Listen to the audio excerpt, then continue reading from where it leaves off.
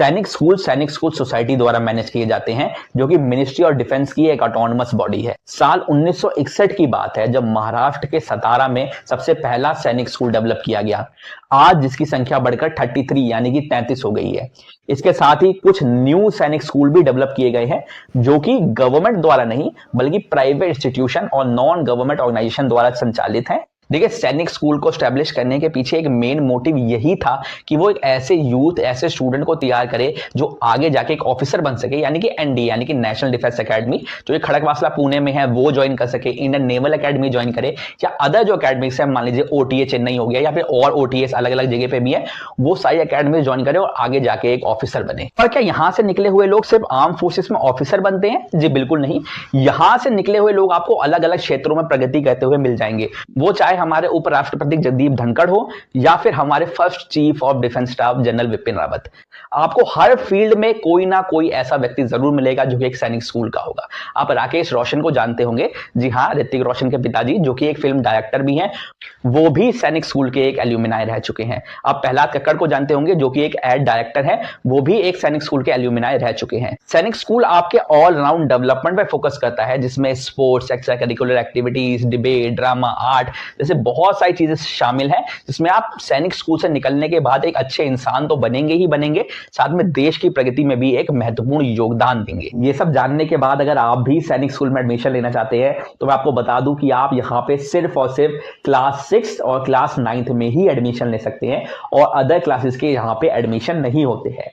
इसका जो एडमिशन का प्रोसेस है वो समझने से पहले आपको यह भी समझना जरूरी है कि क्लास 6 में यहाँ पे काफी हद तक यानी काफी सीटें जो होती हैं वो क्लास 6 में ही फुलफिल हो जाती हैं और क्लास 9 में बहुत कम सीट्स देखने को मिलती है। उसका रीजन ये है कि क्लास 6 में जब बच्चा एडमिशन लेता है तो अगर वो बच्चा बाद में सीट छोड़ दे तो वही सीट क्लास 9 में एक वेकेंट सीट के रूप में आपको देखने को मिलती है। लेकिन अगर स्टूडेंट सीट नहीं छोड़ता है तो आपको उस सैनिक स्कूल में कोई सीट देखने को नहीं मिलेगी।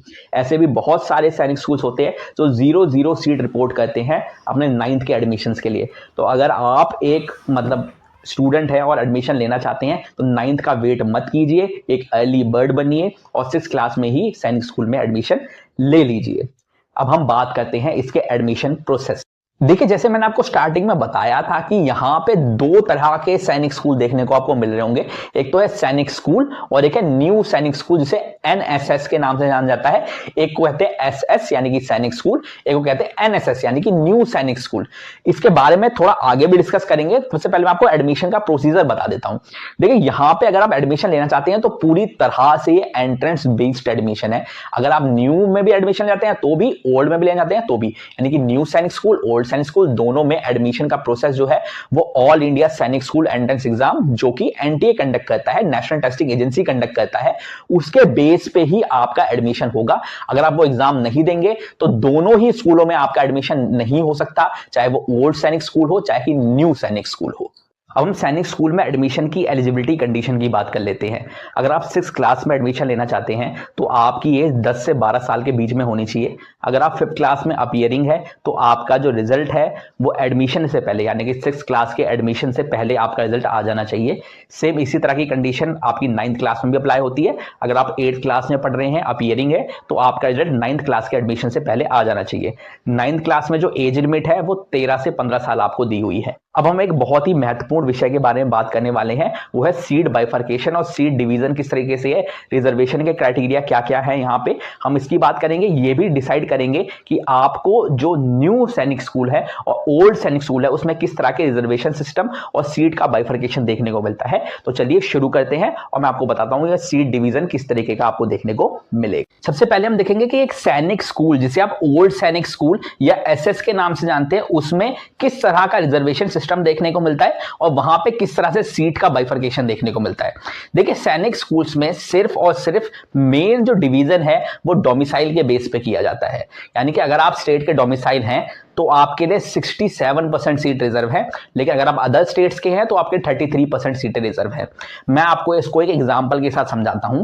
मान लीजिए कि आप उत्तर प्रदेश के निवासी हैं। उत्तर प्रदेश में एक डिस्ट्रिक्ट है जिसे कहते हैं अमेठी, उसमें ही एक सैनिक स्कूल है जिसका नाम है सैनिक स्कूल अमेठी। अगर आप उसमें एडमिशन लेना चाहते हैं, आप उत्तर प्रदेश के निवासी हैं, तो आपके लिए 67% सीट रिजर्व है। उधर दूसरी तरफ अगर मैं मध्य प्रदेश का हूं तो अगर मैं अमेठी में एडमिशन लेना चाहूं तो मेरे लिए वो 67% सीटें नहीं है, मेरे लिए जो बची हुई 33% सीटें हैं मैं उस पे ही बैठ सकता हूं। अब इसमें फर्दर डिवीजन कैसे है वो मैं अभी आपको समझाता हूं। देखिए, सैनिक स्कूल में जो रिजर्वेशन सिस्टम है वो गवर्नमेंट ऑफ इंडिया का रिजर्वेशन सिस्टम फॉलो करता है। इसके साथ ही कुछ और रिजर्वेशन सिस्टम भी है, मैं आपको समझाता हूँ। मान लीजिए किसी सैनिक स्कूल में 100 सीट्स हैं, तो उसमें सीट का जो डिवीजन होगा वो होम स्टेट में 67 सीट, अदर स्टेट्स में 33 सीट्स होगा। तो अगर मान लीजिए कि मैं होम स्टेट का देखूं तो उसमें SC ST OBC में 15%, 7.5% और 27% के हिसाब से 10, 5 और 18 सीट 67 में से माइनस हो जाएंगी।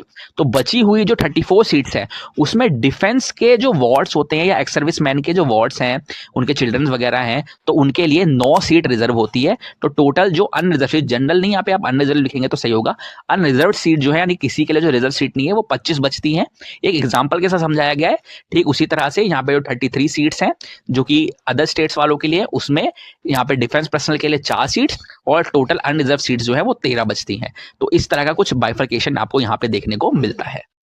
अब हम बात करते हैं हमें न्यू सैनिक स्कूल में किस तरह का सीट डिवीजन देखने को मिलता है। देखिए, न्यू सैनिक स्कूल में सीट डिवीजन दो तरीके का है, यानी कैटेगरी ए और कैटेगरी बी का। यहाँ पे डोमिसाइल का आपको रोल देखने को नहीं मिलेगा। यहाँ कैटेगरी ए जो कि है 40%, कैटेगरी बी जो कि है 60%। 60% सीटें उन स्टूडेंट्स के लिए रिजर्व हैं जो उसी सैनिक स्कूल में पढ़ रहे हैं, उसी न्यू सैनिक स्कूल में पढ़ रहे हैं जिसमें वो 6th क्लास में एडमिशन लेना चाहते हैं। मान लीजिए मैं 5th क्लास का स्टूडेंट हूँ अदानी वर्ल्ड स्कूल का, जो कि एक न्यू सैनिक स्कूल है।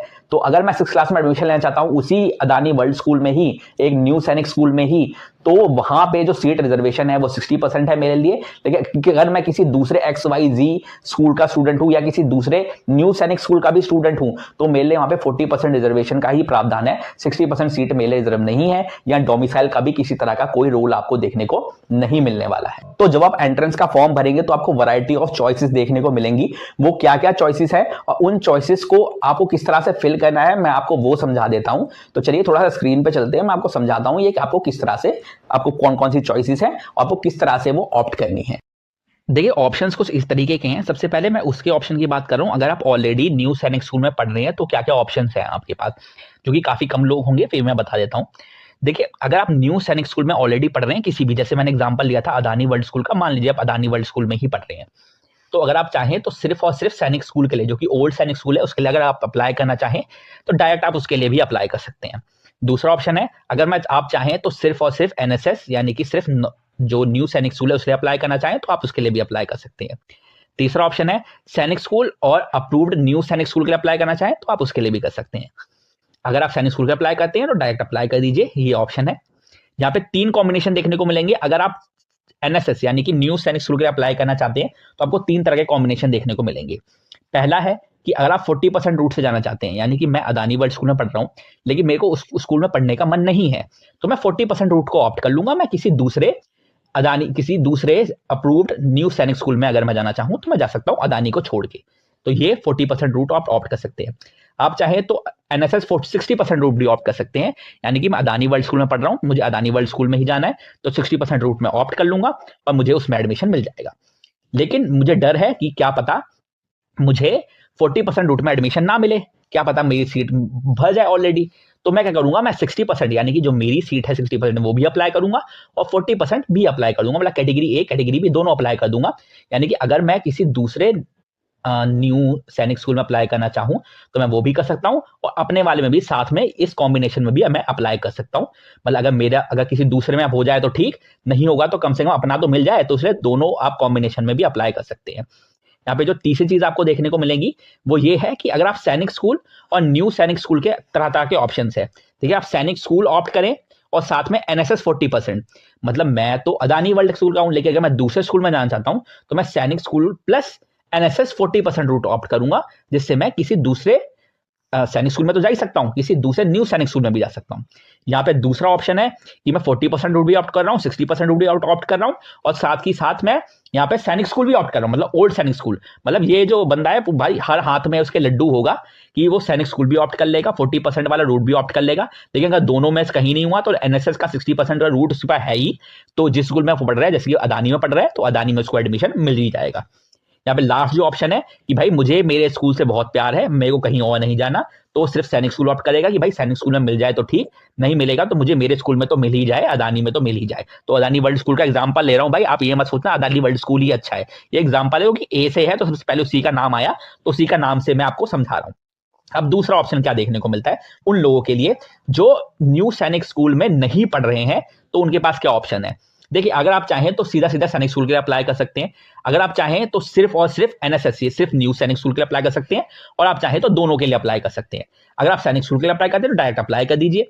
अगर आप न्यू सैनिक स्कूल अप्लाई करना चाहें तो न्यू सैनिक स्कूल में आप, क्योंकि आप किसी भी सैनिक स्कूल से नहीं है, किसी भी ओल्ड सैनिक स्कूल से नहीं है, ओल्ड सैनिक स्कूल में जैसे एडमिशन ही नहीं होता, आप किसी न्यू सैनिक स्कूल से नहीं है तो आपको 60% मिलेगा नहीं, यहाँ पे आपको सिर्फ मिलेगा 40% का फायदा। तो आप ये 40% का फायदा उठा सकते हैं और आप न्यू सैनिक स्कूल के लिए यहाँ पे अप्लाई कर सकते हैं।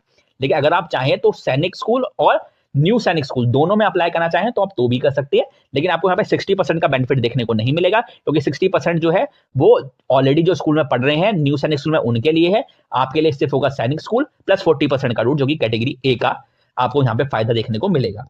हम थोड़ा सा इसके सिलेबस पे नजर डालें तो सिलेबस जो नॉर्मली कॉम्पिटिटिव एग्जाम्स का सिलेबस होता है वही है। बात कर रहे हैं हम सिलेबस की, तो सबसे पहले 6th क्लास में जो है वो आपको लैंग्वेज, मैथमेटिक्स, इंटेलिजेंस और जनरल नॉलेज के सवाल देखने को मिलेंगे।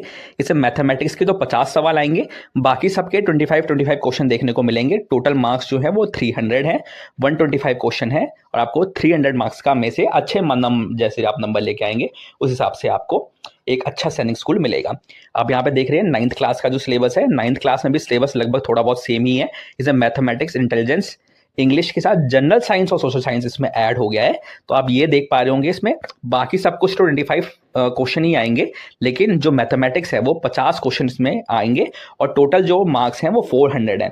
इसमें कोई नेगेटिव मार्किंग नहीं होगी, तो आप 100% क्वेश्चन जरूर अटेम्प्ट करके आइए। आई होप आपको सैनिक स्कूल के बारे में पूरी एक जानकारी मिल गई होगी। ये वीडियो जो थी वो इन डेप्थ थी। हम ऐसा ही इंफॉर्मेटिव कंटेंट लाते हैं जो एक स्टूडेंट की ग्रोथ और यंगस्टर की ग्रोथ के लिए बहुत ज़्यादा ज़रूरी है।